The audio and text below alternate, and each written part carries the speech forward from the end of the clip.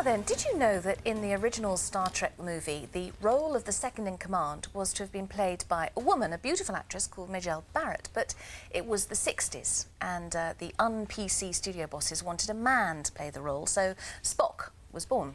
Star Trek creator Gene Roddenberry had to break the news to Majel, but instead of sacking her, he asked her to marry him. And she later became the voice of the computer, amongst other characters. And Majel, the first lady of Star Trek, is here now. How lovely to meet you. Thank you very much. It's lovely to see. So it's true, isn't it? They wanted you as second in command, or Gene did. Yes, in the original pilot. Yes. And they just decided that the public would not accept a woman second in command of a starship particularly. So I was out.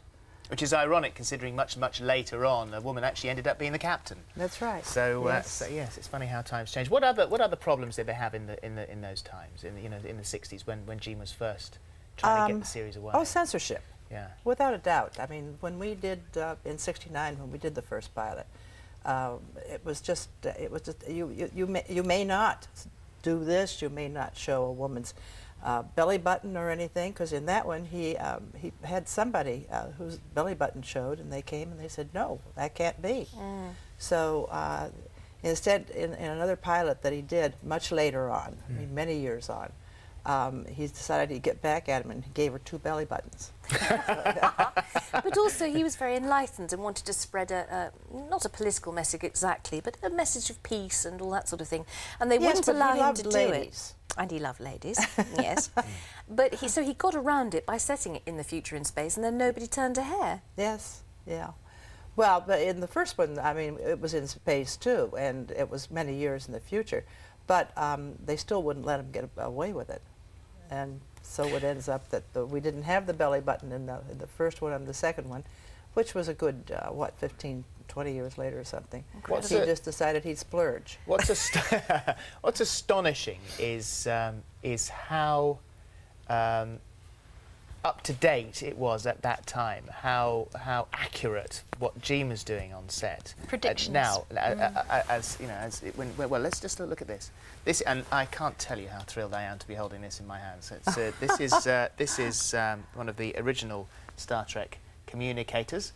There you go. And this, of course, is a brand new mobile phone.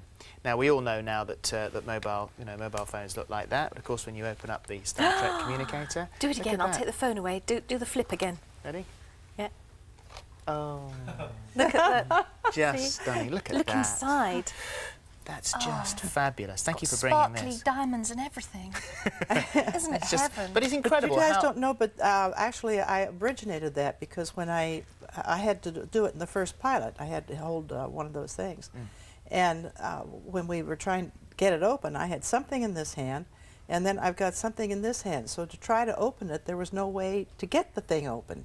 And you know, would have to reach over like this, or find some place and put down the other thing that I had in my hand. And I finally kind of went like this, and it was loose enough, and that's how that originated. Can I do it? Of course you can, yes. And when you were at home with Gene, oh, it's fantastic, isn't it? That's the best thing. We need the noise. Yeah.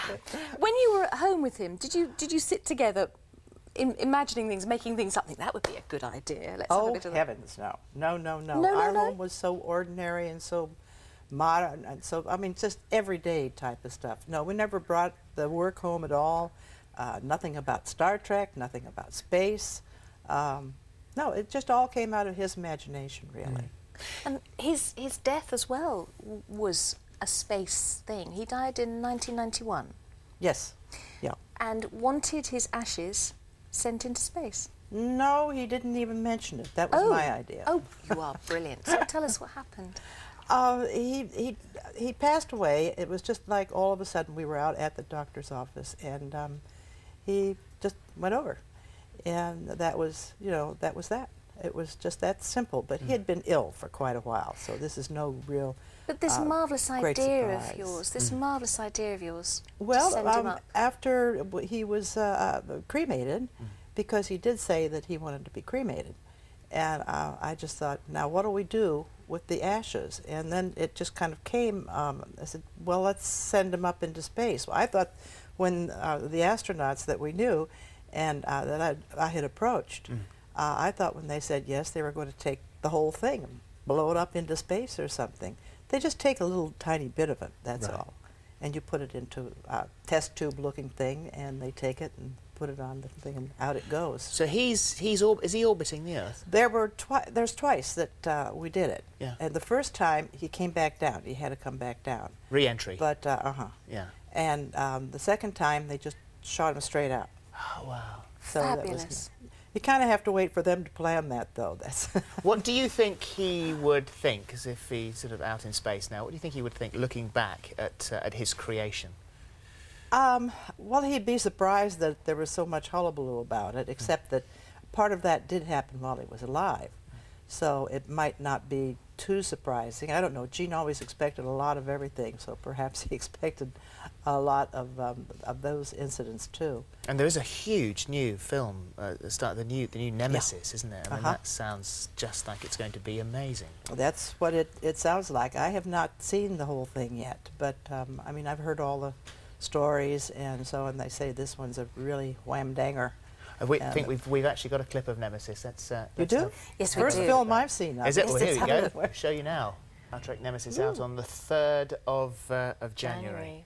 3rd of January? Yeah. But in the meantime, we have to say that the 6th of December to the 31st of January at Hyde Park, there's the Star Trek Adventure, where you can go be beamed up, you can have the full or standing on the bridge experience. Yes, and there's actually 2 bridges. The thing is at least twice the size of a football field. This is the biggest structure that's been in Hyde Park since 1860, I think, for more than That's what 2 they, days. That's what they say Unbelievable. for the 2 days, but I think it's just the biggest one, period. And to leave it there for as long as they are going to leave it, which could be as much as 5 months, is rather unprecedented too. Majel, Sounds thank amazing. you very Thank much you so indeed. much, It's and lovely to meet you. thank you for bringing this in. I'm going to do it one more time, then I'll hand it back. There we go. You're not There you allowed go. it, I'm afraid. Aye. Thank you. Thank you. Great very pleasure. much. Now.